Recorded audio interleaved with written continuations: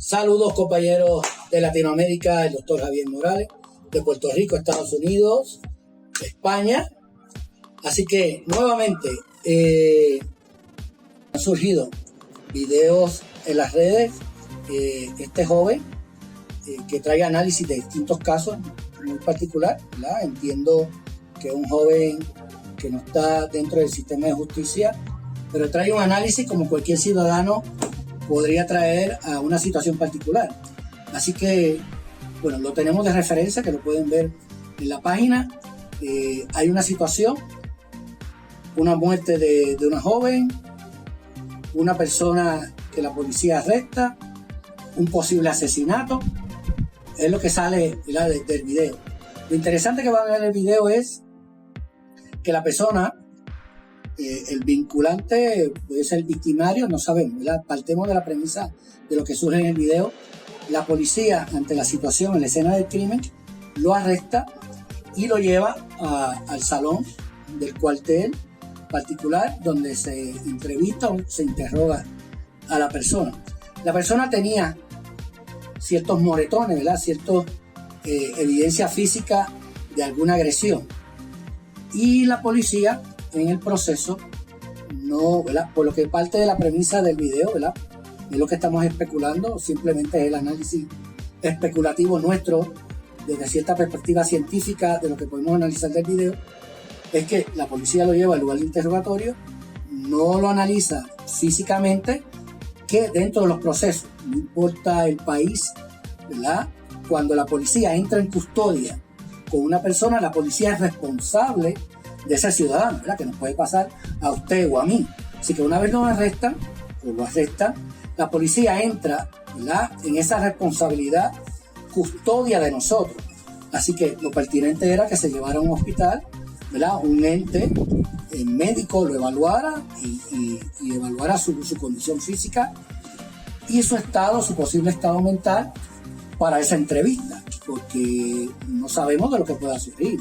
Así que van a ver en el video que la policía empieza a entrevistarlo y la persona entra en sin número de contradicciones, elementos que no resguardan sincronía, y dentro de la entrevista llega el punto que el policía detecta un impacto de bala en el ojo que ha sido, ¿verdad?, a una magnitud interna, ¿verdad?, dentro de la cabeza y dentro del cerebro. Podríamos entender eso sin tener todos los elementos. En el área frontal, ¿verdad?, ojo, área frontal del cerebro, de la cabeza. Entonces, cuando vean el video, van a ver la discusión en términos del testimonio que no recuerda ninguna sintonía. ¿Qué pasa? Bueno, más allá del procedimiento que se tenía que llevar a cabo, del asunto físico de esa persona en custodio, es que cuando comenzamos con el testimonio, ¿verdad?, dentro de los parámetros de la psicología del testimonio, es importante en esa entrevista, siempre traemos el término de entrevista e interrogatorio. La disyuntiva entre entrevista e interrogatorio es que en el interrogatorio esa información va a ser procesada dentro del sistema de justicia. Pero siempre le digo a mis estudiantes, entrevista es entrevista, así que hay que llevar el rigor científico dentro de esa entrevista. Luego, de los elementos jurídicos que es el interrogatorio, pues ya se llevará a cabo, pero dentro de la metodología científica son los términos de entrevista. Y dentro de eso, dentro de la psicología del testimonio, es importante ir recopilando todos los datos, aún así no haya concordancia, para poder ir entendiendo la dinámica del discurso.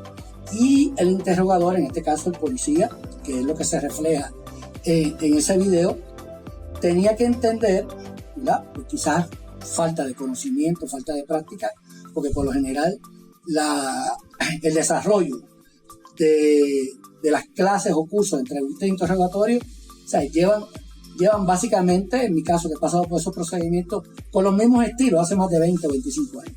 Así que las cosas hay que ir cambiando.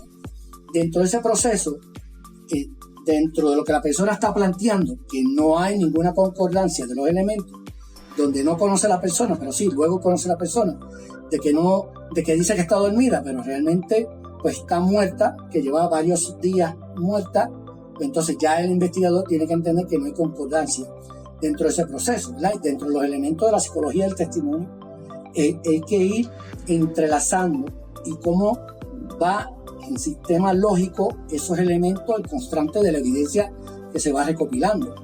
Así que una vez el investigador, el entrevistador, ve que es que no hace ningún sentido lo que se está hablando, usted va recopilando la información, pero llega a un punto que tiene que detenerse a evaluar la información, a ver que esa información que se está trayendo quizás probablemente no sirve ante la evidencia física que usted está analizando. Entonces, ver cuán pertinente esa información que se está trayendo, que no tiene ninguna concordancia lógica, le puede servir a usted en el constructo de su caso. Entonces hay que detenernos y tratar de llevar a la realidad a la persona, ¿verdad? Por lo general lo que se practica es la entrevista cognitiva. Dentro de esos procesos vamos evaluando la evidencia física que usted tiene y vamos poniendo en contraparte a la persona con esa evidencia física a ver cómo reacciona. Bueno, en el video que trae el muchacho, muy hábil, pues se ve que no hay ninguna relación ni entendimiento. Hay ciertos lazos que se van entrelazando. Lo interesante es que cuando el policía analiza físicamente a la persona, ve el impacto de bala, que ciertos elementos que él traía son reales y que le están afectando el área frontal del cerebro. El área frontal del cerebro es la parte ya procesal de los datos, ¿verdad? Vamos al área lateral, al área central, se procesa y ya el análisis lógico y crítico va en el área frontal. Por eso es que ese discurso en la entrevista pues no tiene como mucha razón de ser. Así que a esos aspectos uno quizás podría entender que hay cierta veracidad porque hay elementos que la persona transfiere, aún así con el impacto de bala en la cabeza, donde crea cierta relación, ¿verdad? Tenemos que ver que los neurotransmisores son como canales eléctricos. Ese cable que se afectó, la transmisión de esa información no se está dando de forma adecuada, pero aún así la información se está trayendo, no de forma muy lógica. Así que a esos aspectos, con esa afectación, la persona está diciendo lo que está diciendo.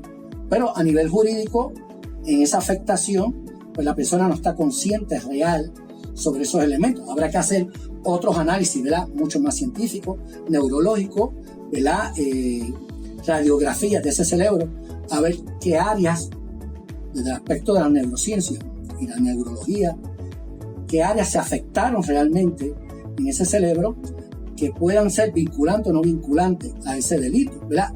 Hay que entender todos los puntos, hay que entender todas las variables sobre este proceso, pero puedo entender, viendo el video, a lo que plantea el muchacho que lo responde, la falta de entrenamiento, la falta de entendimiento del cerebro y, bueno, ya en la ejecutoria, que no se ve en el video, bueno, ¿qué hacemos luego que descubrimos esto? Como le dije, hay que ir sobre los científicos, neurólogos, psicólogos forenses, psiquiatras forenses, que puedan analizar esa afectación directa del cerebro para ver cuánta de esa información es viable o cuánta de esa información no es viable, ¿verdad?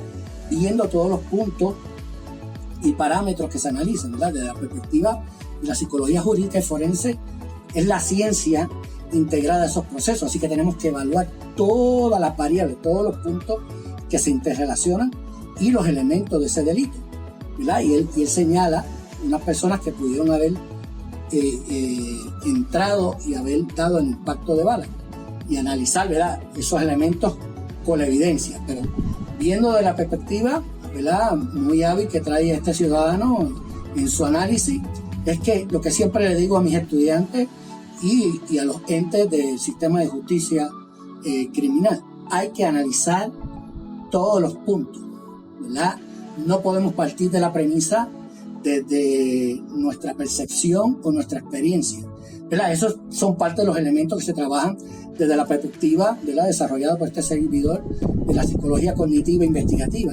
Tenemos todas las variables psicológicas, conductuales, psicosociales, memoria, aspectos neurológicos, neuroprocesales y ya la estructura científica dentro de esos elementos y analizar todos los puntos, ¿verdad?, que trae también el asunto de la percepción sistemática, que es otro elemento de evaluar la evidencia, ver el macro, todo el entorno y vamos al micro, vamos viendo todos los elementos como le dije, todos estos profesionales, ¿verdad?, multisectoriales, analizando los aspectos del cerebro, la evidencia, los elementos conductuales, y de ahí vamos integrando un buen caso, para entonces luego, ya en perspectiva con la evidencia y el análisis con criterios científicos sobre este caso.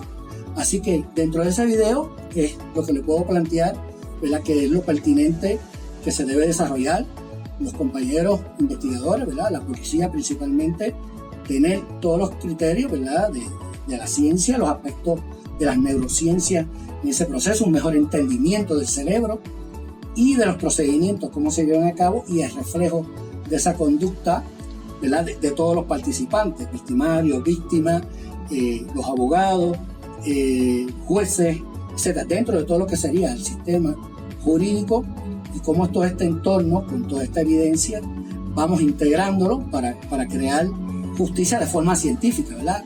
Y de igual forma que lo que también nosotros trabajamos desde la perspectiva de la psicología jurídica organizacional, como todos estos elementos afectan a las organizaciones, y tenemos que entender que el sistema de justicia es una organización, porque es un componente de 2 o más personas. Así que seguiremos hablando sobre estos elementos ya próximamente. Este joven trae otro ejemplo de un sicario, de una persona que asesinó varias personas en una escuela y hace una simulación de unas patologías o unos defectos de personalidad, etcétera, que fue lo que alegadamente provocó el asesinato de esas personas. Así que nuestro video va sobre el análisis de lo que él plantea sobre cuáles fueron las causas o consecuencias de este muchacho en esa simulación. Así que ahí estamos. Muchas gracias por su participación y seguirnos. Así que pues los invitamos a seguirnos en el canal, aquí a la izquierda, y los otros accesos interactivos acá arriba. Así que estamos a sus órdenes.